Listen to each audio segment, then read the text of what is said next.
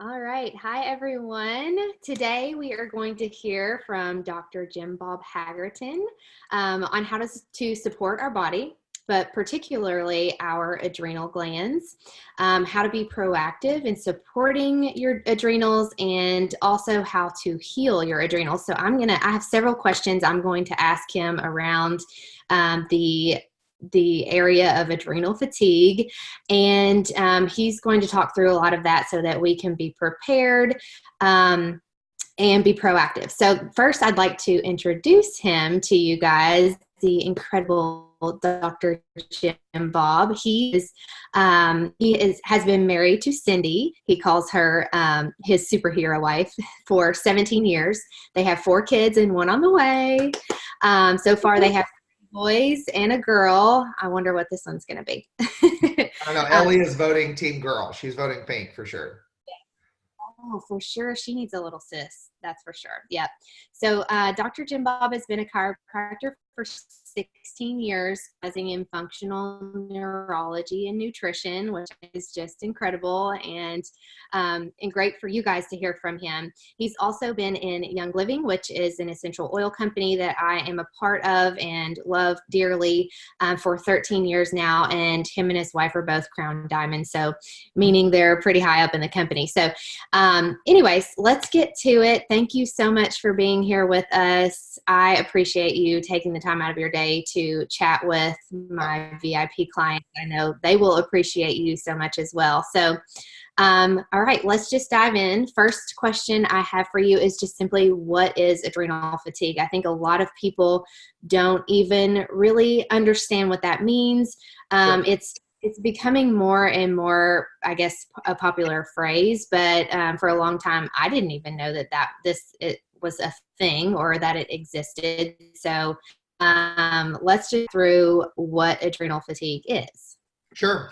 Well, to understand a little bit about what adrenal fatigue is, you kind of have to understand, Lauren, what the adrenal glands do and their role, because adrenal fatigue, just like any other condition or issue in the body, is basically your body not doing what it is designed to do over a period of time, right? Just like any symptom or anything else. So, to put it really basic, the adrenal glands are the system that help you as you handle stress, and they work with and assist your body in adapting to the stressors that you come in contact with every day, no matter what those are. I mean, like, every single day, every single second, you're getting bombarded with different, stimulus from other things, whether it's lights or the phone going off or the dryer buzzing or sirens or, someone slamming on their brakes or, whatever, your schedule or any of the things.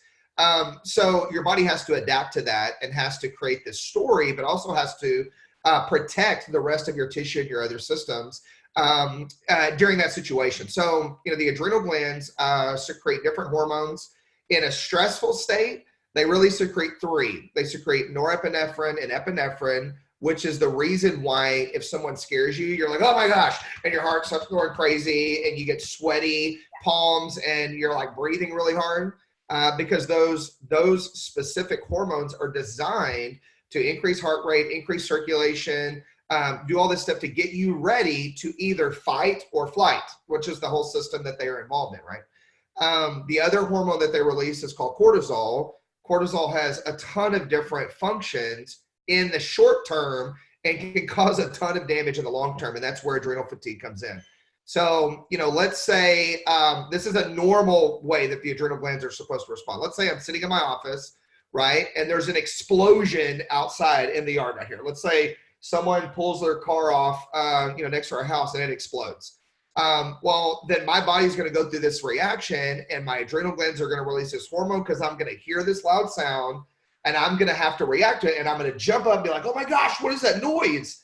Well, in that moment, I run out to figure out what's happening. And if I see it, the cop's already there, the fire department's there, everybody's safe, everything's good. Let's say that takes a couple of minutes, then my adrenal glands stop producing stress hormones after I know that I'm safe. It goes back to normal and everything goes back to this rested, safe state, right? So the whole process of your adrenal glands firing, telling you, oh my gosh, get out of there kind of thing, and then going back to normal should take like 90 seconds or maybe 2 to 5 minutes. Like that's like the literal time period that it's supposed to fire in. But the problem And the reason adrenal fatigue and the different stages of adrenal fatigue have become a major issue, especially in American culture, is that those glands are only designed and created to do that for a matter of minutes. But we've created cultures and we've created lifestyles where we're stressed out from the time we get up to the time we go to bed, and then you stress all night long and you don't sleep good because you've got all these issues and all this stuff that you didn't handle. And so over a period of time, when your stress levels stay up here at a 10 out of 10 for months or years or however long it takes for this particular person, then you end up starting to deplete the cortisol amount and your adrenal glands will get tired. So there's this adrenal fatigue thing that starts happening, and there's 2 or 3 stages of adrenal fatigue. And what ends up happening is the adrenal glands just don't respond during stress the way that they should. Or like in the first couple stages, when you have acute adrenal stress and you're having the first stage or 2 of adrenal fatigue, they overreact. Like it's one of these things where it's like, weak people, lash out, or, people that are weaker will always like lash out, or something that's like, weaker is going to overcompensate to make up for, not being as strong as they need to be.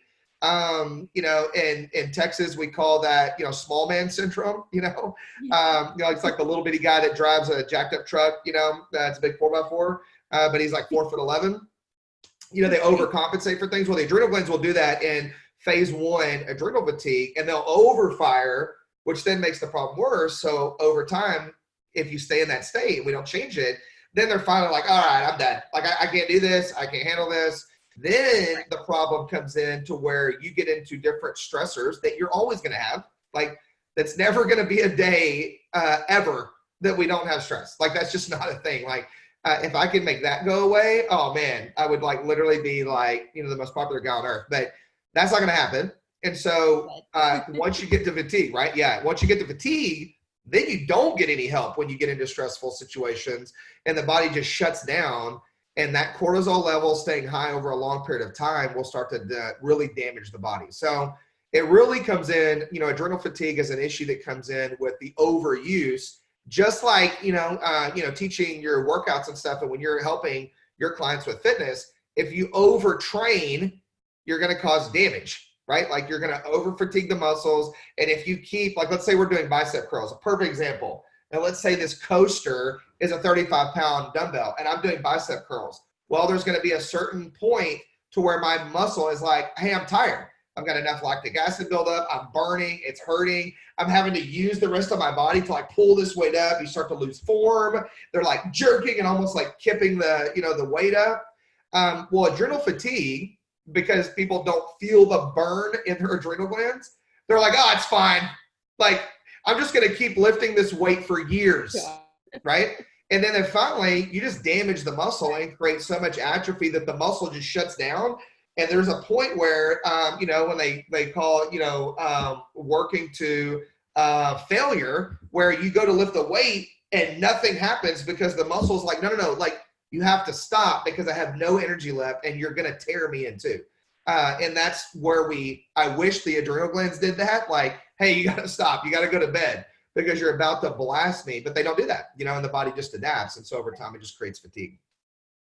Right. So symptoms then, what can you look for and think, okay, this could be a sign that something is not right. Typically I always tell my clients, if you think something is off, something is likely off, or you feel like something in your body's not right. But there's some certain symptoms that maybe you would be looking for when you're considering adrenal fatigue. Yeah, there's some key things that come up. Now, everybody responds different to stress. Like, your body is created different than my body. It's created different than Cindy's body and my kids. So under stressful states, the symptoms that can come up are different because your genetics are different. But in a state of adrenal fatigue and adrenal stress, there are certain things that are pretty global. Like, if you wake up in the morning as tired or more tired than when you went to bed, you have adrenal fatigue. Like, there's no way that should happen. Like, you should wake up like, whoa, like ready to go, because in the morning, cortisol levels, that hormone, are highest in the morning because it's the body going, let's get going. Like, it's time to get rocking. Well, if you wake up and you're dragging your butt out of bed, that's adrenal fatigue. I'm working with people right now in this group, and there's people that are like, oh my gosh, don't make me give up my coffee. I have to have it to function. Okay, you have adrenal fatigue. Like you shouldn't need a stimulant to function. It's a difference in like, no, I love it. It's part of my routine. I just like it and I need it. Yeah. When they say, no, I need it, I'm like, you got a problem, right? Other things, if you have to wear sunshades every time you walk outside in the sunlight, you walk outside and you're like, oh my gosh, it's so bright out here. Like, I just can't stand it. Oh, where are my shades? And you have shades in every car and you carry sunshades in your bag. You have adrenal fatigue. Like that's not normal. And that shouldn't happen, right? One of the things that happens with adrenal stress is you really create blood sugar irregularity. Well, when your blood sugar gets really unbalanced, it'll affect the eyes really specifically. That's where a lot of people, well, most people, when they start to develop diabetes, notice it in the eyes first. They'll lose vision. They'll have problems with blurry vision and issues in the eyes because blood sugar affects small vessels and you've got tiny vessels in the eyes. And so you can create problems with that. So sensitivity to light, sensitivity to touch, like people, almost like a fibromyalgia setup. Anyone who has fibromyalgia has adrenal fatigue, guaranteed. But if you're like uber sensitive and your inflammation levels are high, you can't even take somebody hugging you because it hurts. That's not normal. Like they walk on a treadmill and then can't function after walking at a 3. That's not normal. Like you should be able to do more than that. Or, like you do one set of dumbbells and then all the muscles don't recover and that's not normal, right? The adrenal glands aren't allowing you to rebuild and you've got inflammation. That's a problem. Dizziness and lightheadedness consistently can be a part of adrenal fatigue.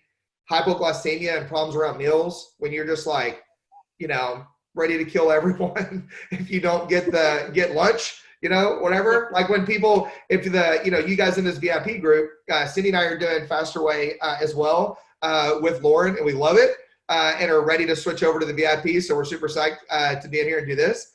But the thing I laugh about, we've thankfully done intermittent fasting in the past. So we already made it through the I'm gonna kill you, if I don't eat something stage at the beginning of intermittent fasting. And most people go through that. They're like, man, I tried it. And then by 10 o'clock, I literally was holding a knife to everybody's throat because it was crazy. And that's a lot of that blood sugar stuff is adrenal problems that are rebuilding because your body is used to having to have the sugar to help your adrenal glands do their job. And then after a while, you guys know, like after a couple of weeks, you're like, oh, I got this, like you can get to your window and you do good because the body can regenerate. Thank God, and it can do that. So yeah, there's a lot of different things, but the last thing I'll say is a really specific common response is irritable bowel syndrome.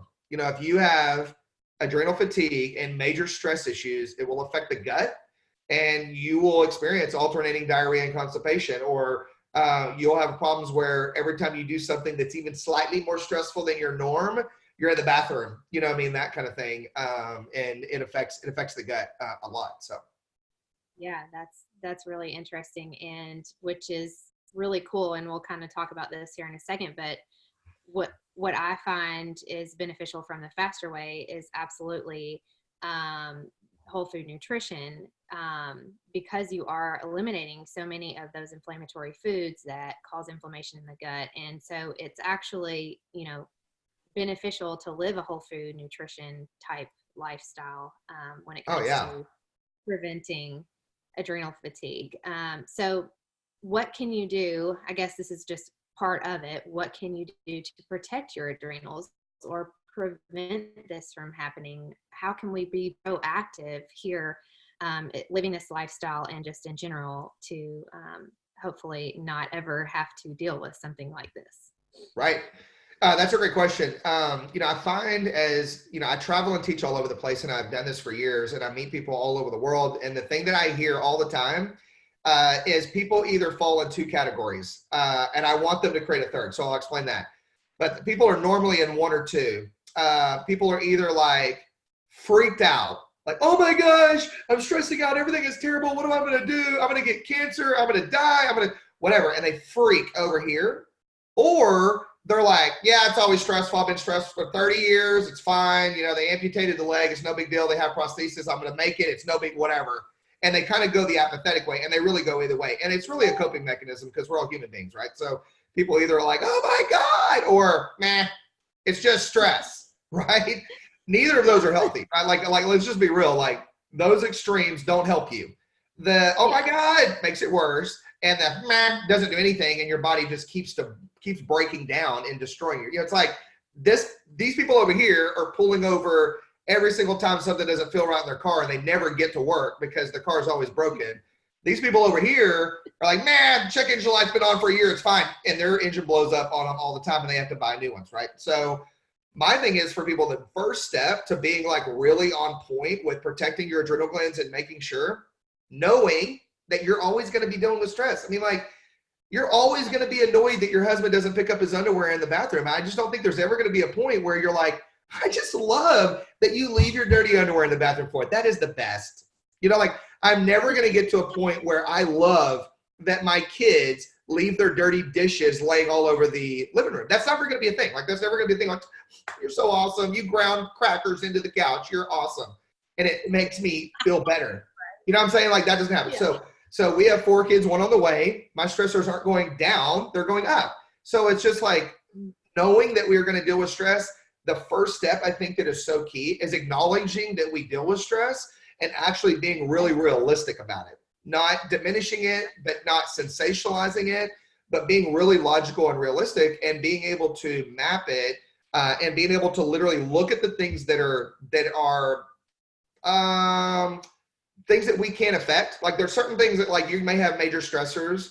Like, let's just be real. Like, some people, we talked to somebody the other day, they're in a really rough spot in their marriage, and their marriage is, for lack of a better term, going through hell right now.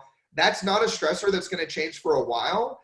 And that's just the place that they're in. So that particular thing can't be changed. But this person just has to change their mind about it and try the best they can not to allow it to create symptoms in them, right? But other things we can change. I hear all the time, well, my worst stressor at all is work, but that's just never going to change. I'm like, why? Like, why? Why can't you get a better job or do something that you like? Like, Lauren, you're a perfect example. You enjoyed, working in the dental industry, but it wasn't like your main passion. And I'm sure it created stress, like doing all the stuff. And now you do what you love.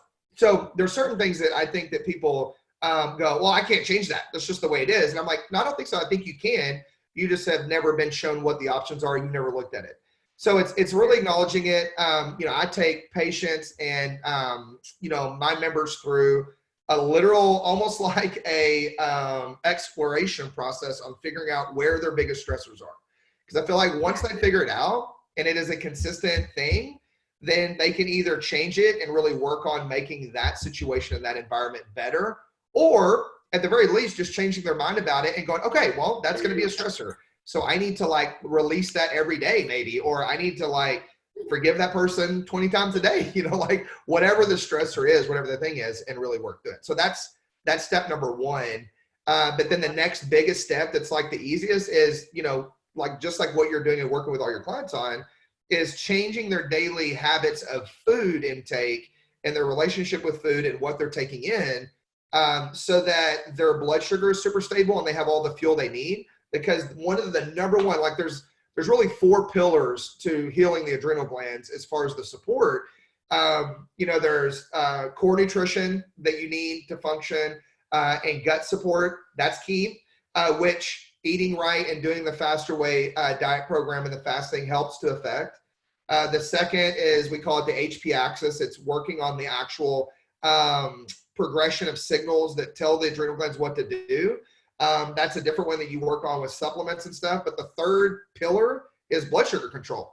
Because if you can heal your blood sugar and get your blood sugar back in track, then it creates so much less stress. And I'm telling you, like, part of the thing people freak out about all the time is like, oh my God, I'm so stressed out. I'm like, are you, or are you hungry? Like, are you really stressed? Or do you need to eat an apple or something? You know what I mean? Because part of the time, if your blood sugar is unstable, then any little stressor you come in contact with is way worse, because you don't have good amounts of sugar and fuel. And so the body is basically like scrambling, like, oh my gosh, they're stressing out. We're freaking out. We got to get something to use. And then in the course of that, they freak out worse, right? Like your body is stressing internally more than what's going on from the outside.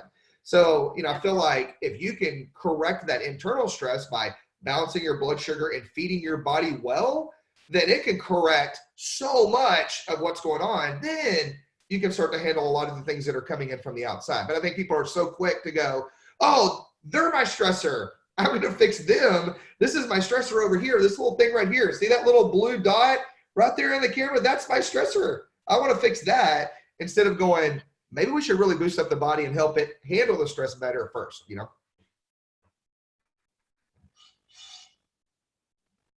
I think you froze. Okay. There you are. Am I here? Okay, good. Yeah, you're there. Man, but I can go on about that all day. I get super fired up on that. So, yeah. So we've talked about eliminating stress that you can eliminate. So just get rid of it if you can. Figure out how to deal with it if you cannot. So managing that stress, I think, is important. Right. You know, just letting go of the things that you can't control, I think is important. Making sure you prioritize rest. Like, I don't think people do that anymore. I think it's just go all the time. And eventually you just run yourself out of hormones and you're just exhausted because they have just over committed to things that, and so rest should be a priority. What do you think about like a extreme low carb diet? How do you think that affects your? That's a great question. And I'm going to answer it two ways. I want to answer the rest thing and mention that, and then let's talk about low carb. So, you know, the exhaustion thing is a key factor for most of the people that we work with, right? A perfect example, like there's a friend of ours whose kids go to the same school as our kids. And let's say her name is Kathy. It's not, but we'll say, well, Kathy's on here. Kathy, I'm going to use you. I'm going to say her name is Kathy, but it's not you. Okay. This is just an example.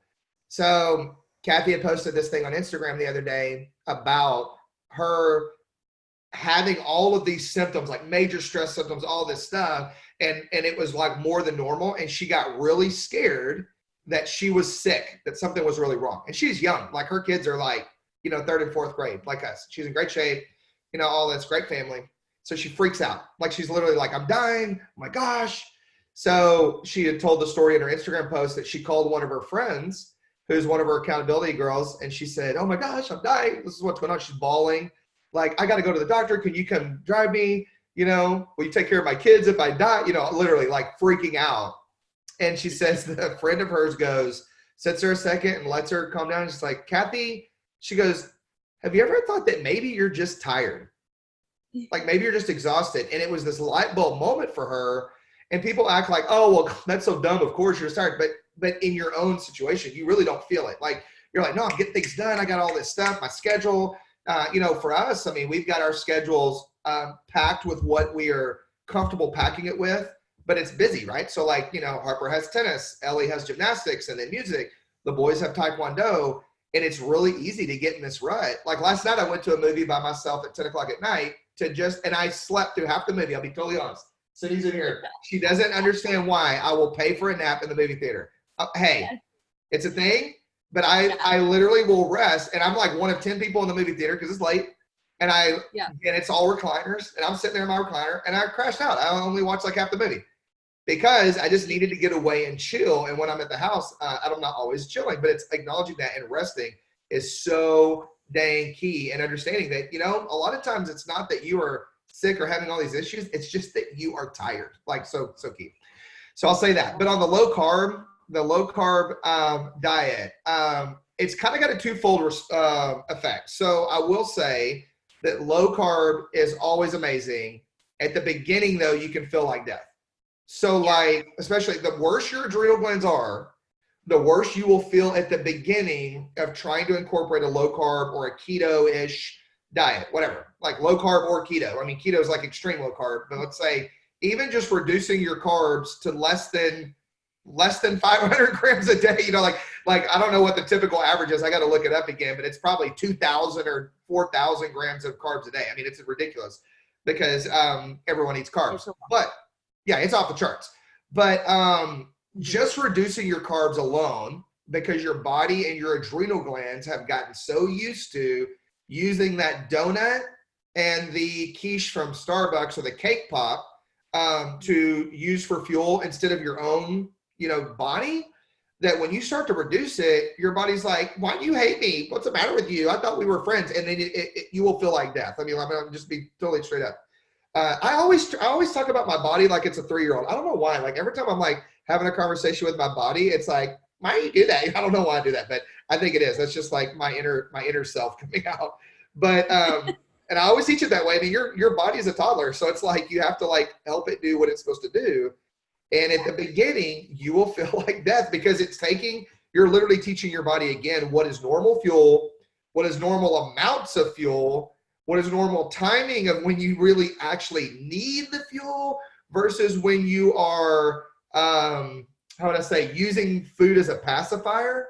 You know, so that's key. So at the very beginning, and this is why Faster Way works so well. I mean, like, it's just so specifically lined out. Like, hey, here's the roadmap, and it's like very intentionally strategic. It's not like, hey, you should all go keto tomorrow, and which is fine, and people have great results. But the people that I know well that just went, I'm going to go keto tomorrow, and they did it, and they like rocked it, and they still rock it. None of them were super high stress personalities at all. They were all like extreme athletes anyway. One of them was like a highway patrol for California for years. He was used to like arresting guys at gunpoint. Like, you know, it's a totally different thing. Their body isn't freaking out, and he didn't overeat anyway. Like, he was already in a spot to where it was like, if he just gave up the muffin once a week, it wasn't a big deal. For the average American, the normal average American, if you just went, I'm going to go keto tomorrow, you would feel so sick for a long time, and you probably wouldn't be able to do it. And it could be dangerous, right? So the graduated and bringing the carbs down is really key.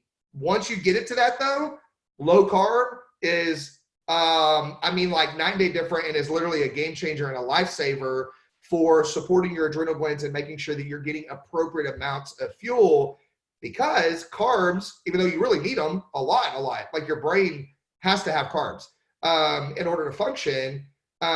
There's a difference in a sweet potato and a gummy bear or Skittles, right? So it's like, but people want the gummy bear. They don't want a sweet potato. And so they're like, oh my gosh, I need carbs. Give me the Starburst, or whatever, and Lauren's familiar with this. There was a whole fitness thing that came out for a long time.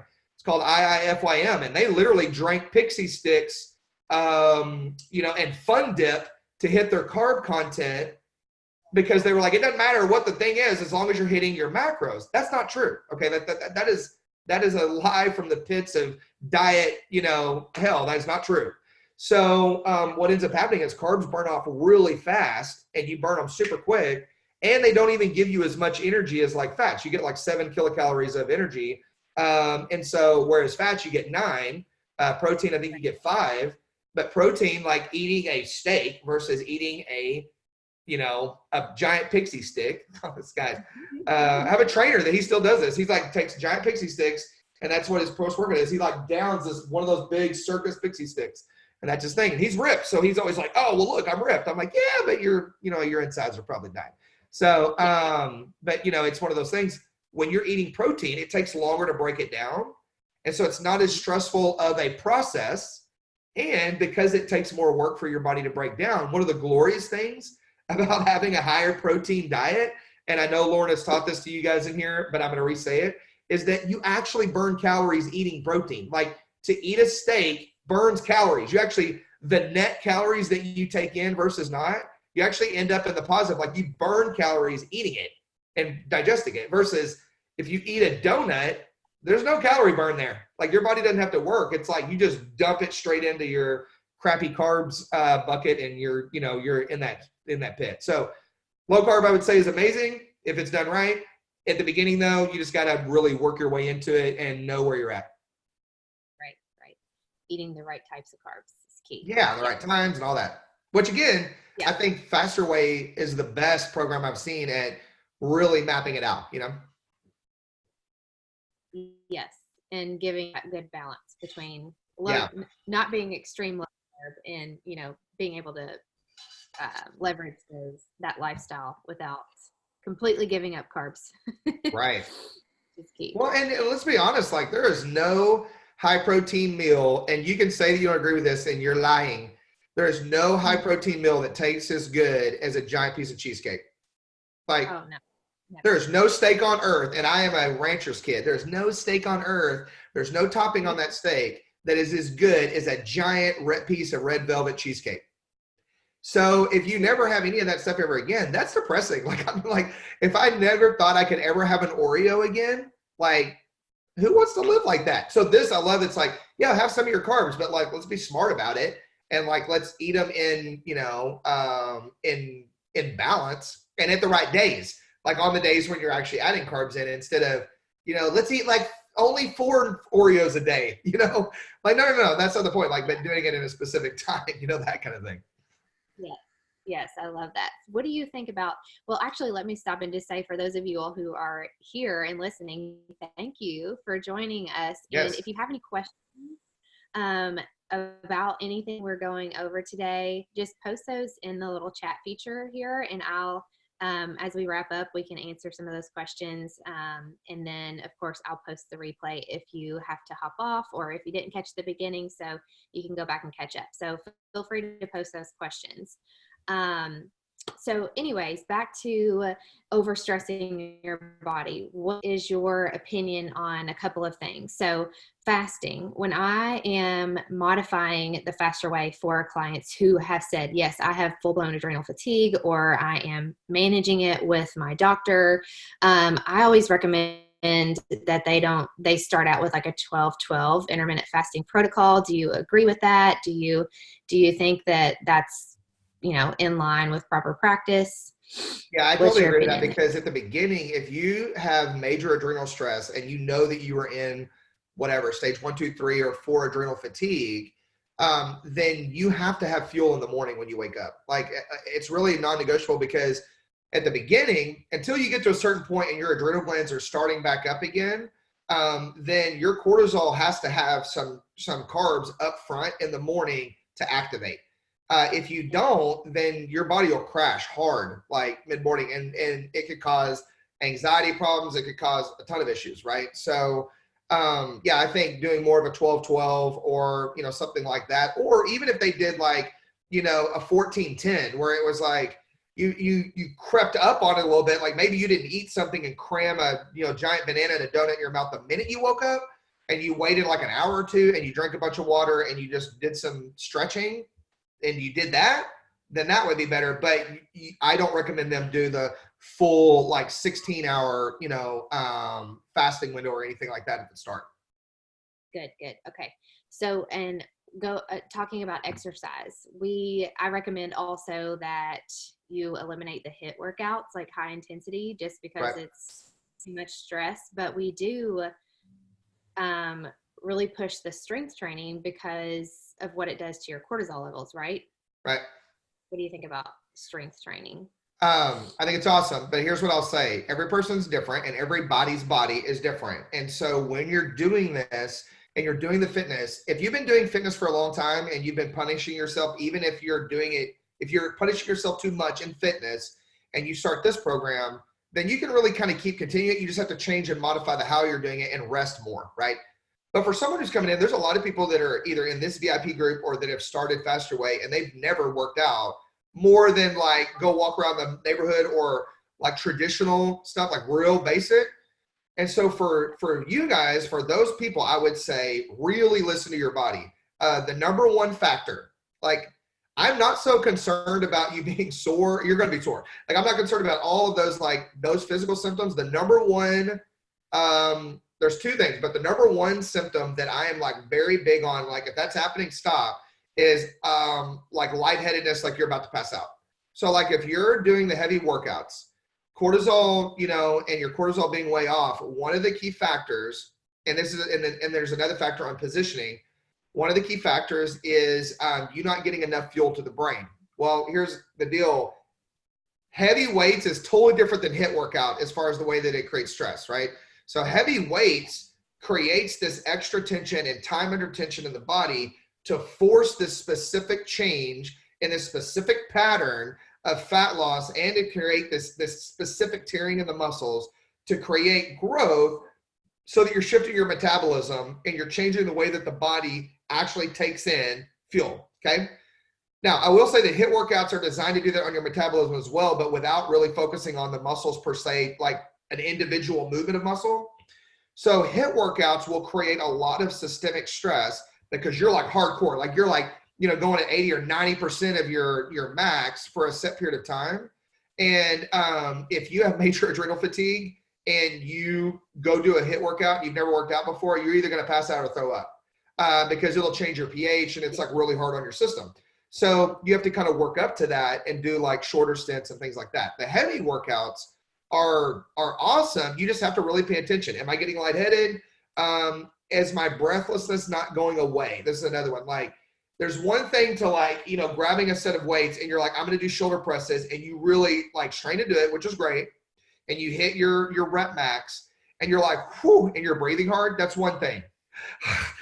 Panting and not being able to catch your breath and it not coming back online in a matter of like 15 seconds is not normal, and you shouldn't do that. Because a lot of times when you are in a state of like so much stress, not a lot of times, every time, when you're in a state of so much stress and your cortisol levels are high and your adrenal glands are fatigued, one of the factors that happens is estrogen dominance, right? So everybody, like, they will become estrogen dominant. Now, part of the people display that on the outside, part of the people display that on the inside. And what I mean by that is the higher your estrogen, the more your fat cells in the body, because your body will produce fat cells to store the estrogen. Like all this excess estrogen in your body, it can't just float around. Like, that's not going to happen. The body wants to do something with it. So it creates these storage units out of adipose tissue or fat cells.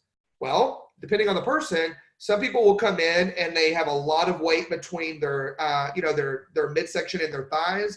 They carry all their weight around their rear and their thighs and their midsection. And you go, they have high cortisol and they have estrogen dominance. They have PCOS, whatever the thing is, whatever they want to call it. That's what that is. And adrenal glands are a part of that, and the estrogen is a part. That person will probably be fine. Like, they can do stuff.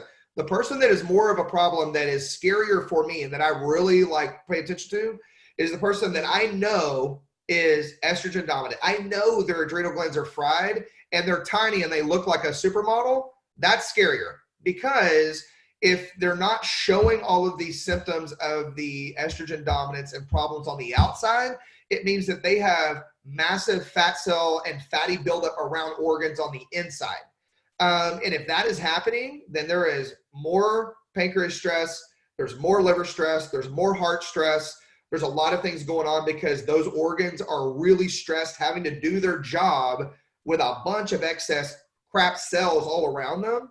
And so those are the people, but people don't say anything to them because they look good in a bikini. You know what I mean? Like, they're like, oh, well, you're cute or you're this. I'm like, no, they're skinny fat. Like, I talk to them like, when they have no muscle tone and the body literally will liquefy their muscles to create fat, and it will store it around their organs. That person's the one that I'm like, hey, you need to go real careful on the heavy and pay real close attention and wear a monitor, like wear a heart rate monitor, and pay attention to where you are in your zones, because that's really key for them. And it'll make a big difference. So, but over time, oh my gosh, like the heavy lifting is incredible. It'll make a huge difference. And the HIIT workouts are the best thing for faster fat loss and the way that your body works in metabolism. You just have to really pay attention to how you feel when you're doing it, and depending on what level of adrenal fatigue you're in. Right. And I think that's what I always come back to and try to preach to my clients, is you just have to listen to your body. Yeah. Because if you feel like something is off, there is something off, more than likely. So, Yeah, and there's a difference, like, listening to your body, there's a difference in sore and hurt. Like, yeah, hey, that's tender, or that is painful when I do that. I always go, good hurt or bad hurt? And they're like, no, I don't like it. It hurts. Then stop. Like don't do that. But they're like, no, I'm supposed to do 12 reps. And then you tear a rotator cuff or you rip a hip flexor because you're so tight. Because remember, with adrenal stress, you go into this movement. Like, your body cramps up and you go this way and your neck comes down. Well, now you're trying to do back workouts and stuff and open up, and your body, hasn't been in that position for a long time. You just have to really pay attention, because your body will stop you and will break things in you to get you to stop before you create big issues. That's interesting. Yeah. Okay. So when you're working with patients, is there like a certain test that can be done to determine if you have adrenal fatigue, or is it just more of a question answer type thing? How do you actually? Yep. There is an adrenal stress index test. It's a saliva test that's the most effective to really look at, where the cortisol levels are, and it tests for functional levels of cortisol release. It'll test for DHEA, which is another hormone that's key for adrenal function. All of that's really key, and it'll give you good information. But I will say it's not necessary to get changes. People say this all the time. Do I have to do testing? No, not at all. I mean, like, adrenal fatigue is adrenal fatigue. If your ankle hurts, you don't have to necessarily go get an x-ray in order to make the ankle feel better. But if you want to see it and you need it, then it's there. That's kind of like this. I mean, you can do a saliva testing. You can look at it. It gives great information. What I've found over time is I offer it to people so that they can see it. I don't usually need it because for me, I don't care whether you're phase 1 or phase 4 adrenal fatigue. You're all in the same area of stress, and we're going to be doing similar things to move you back over here to phase 0.5. We want you over here. So for me, it doesn't change a lot of what I'm recommending to people, but for them, there are certain patients or certain people that I work with that they're like, no, I really need to see it, because they need to see where they're at because it helps them connect with it. Yeah. But then also they need to see it so that later on they'll retest again and it proves to them that they actually really are better. Because part of the time they're like, no, I don't think I'm better. I'm still horrible or whatever. Yeah. And then you're like, okay, well, test it. And you test it and their levels are way better.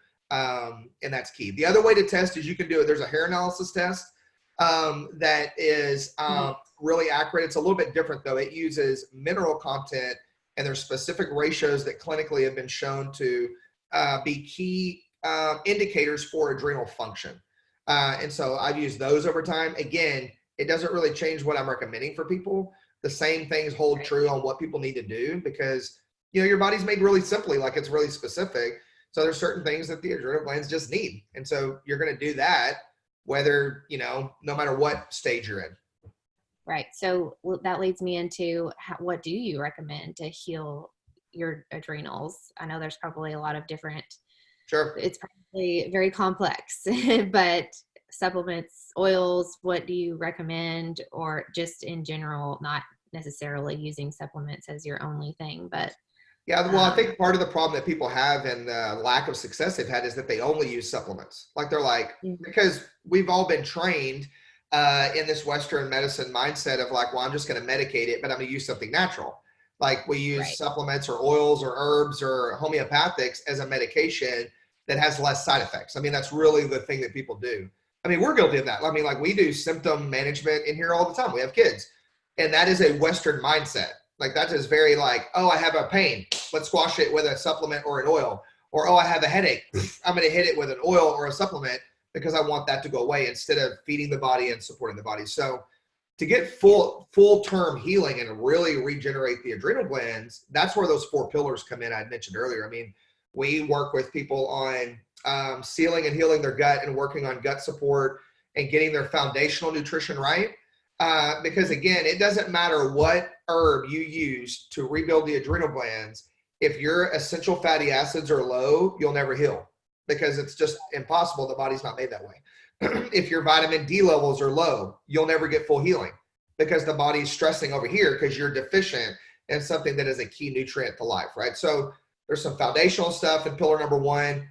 Pillar number 2, we talk about like the adrenal glands aren't a standalone organ that doesn't have help in what they do, right? It's like it's a member of a SWAT team. You can honestly talk about this. And so like the adrenal glands are like, the guy number 3 through the door in a SWAT group. So like if they're breaching a door or, special forces, you want to use that example, whatever. There's a point man, a 2-man, a 3-man, and they usually have 5-man groups. Well, the adrenal system is really, it really is man number 3 in a 5-man group of your body's attack on and your body's attempt to help you handle stress. The adrenal glands don't just go bust in the door on their own. Like they have to be told what to do and they have to be signaled and they have to be triggered. And so people always want to just work on them, work on the 3-man. Well, if you're training a team, if I'm training a SWAT team, right? And I have good friends that are on SWAT here in the Metroplex. If I'm training a SWAT team, you will never see a SWAT team being trained individually. That doesn't happen. Like they're not like, hey, one and two man go over there, and we're gonna all train separately, and then we're gonna actually think that we're gonna function well together in an emergency. That's not gonna happen. They're trained together and they're worked on together. Well, with the adrenal glands, you have to do the same thing. Like you have to work with them and their partners that help with the signaling. And there's different organs like the hypothalamus and the pituitary gland that are key for the signaling. And not to get too technical on it, but you just have to support that pathway, right?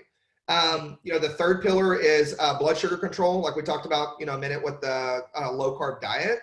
And so there are specific techniques and stuff with diet, like intermittent fasting and low carb and, adding in whole foods and smoothies or whatever.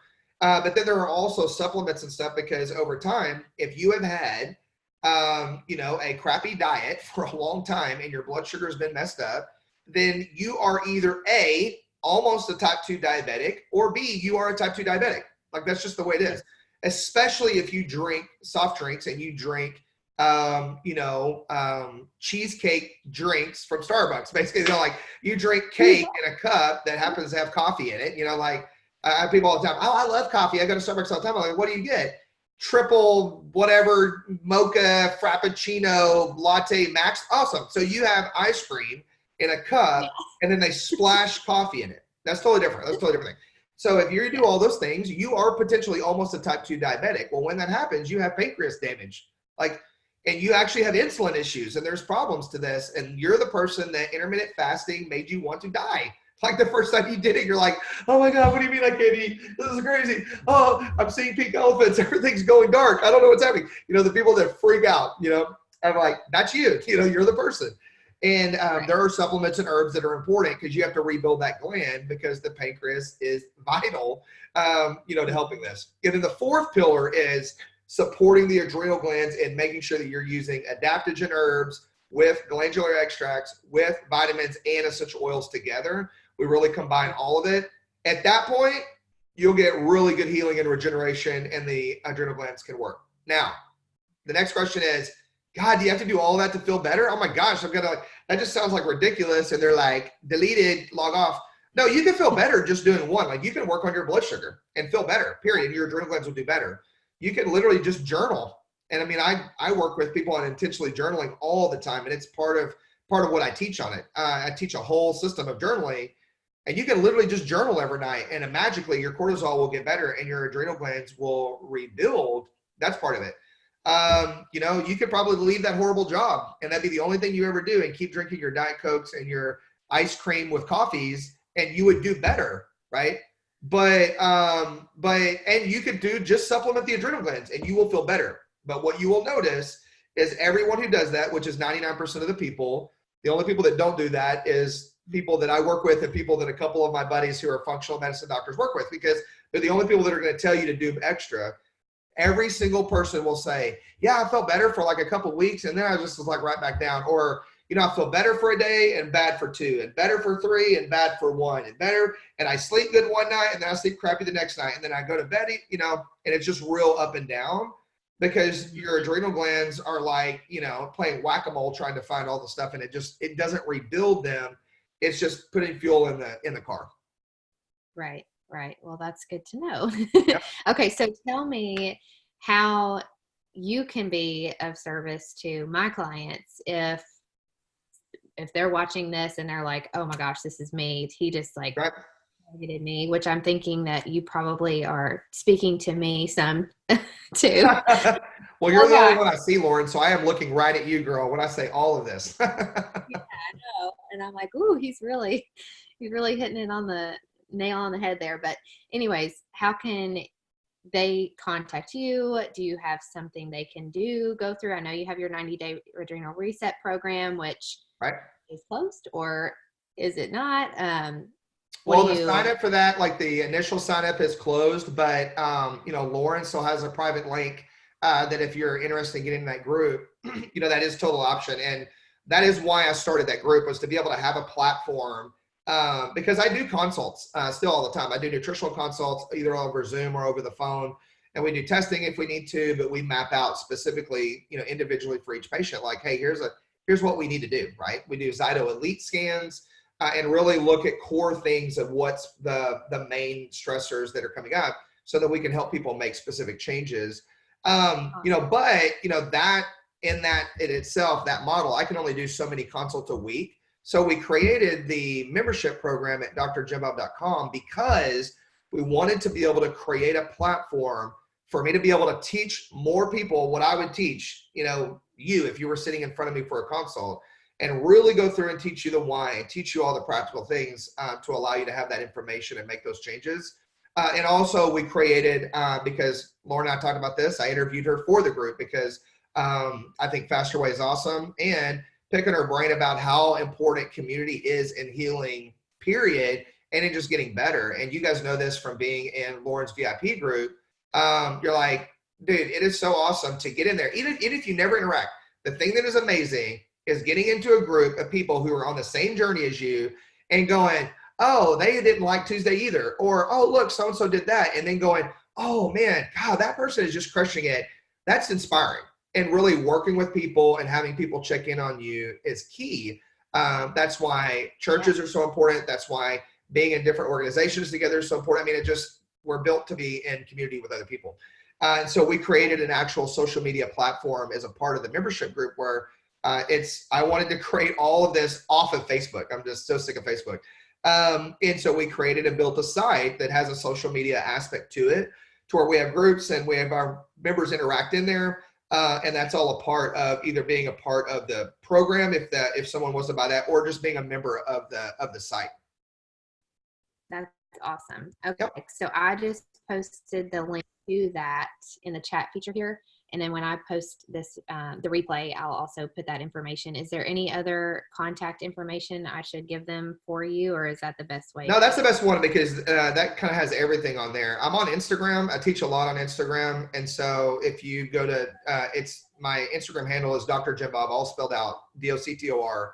And I teach a lot on there because I love I actually really love the 60-second bit. Like, I do this JB and 60 thing where I like to give people snippets of information because I really just like to get people to think like, hey, maybe it's not normal that I'm, that I walk outside and have to, wear these giant goggle sunglasses all the time. I just thought I was being stylish, but I actually have to have them and that's not normal, or, hey, maybe that is something that I need to look into. And so I teach on there a lot.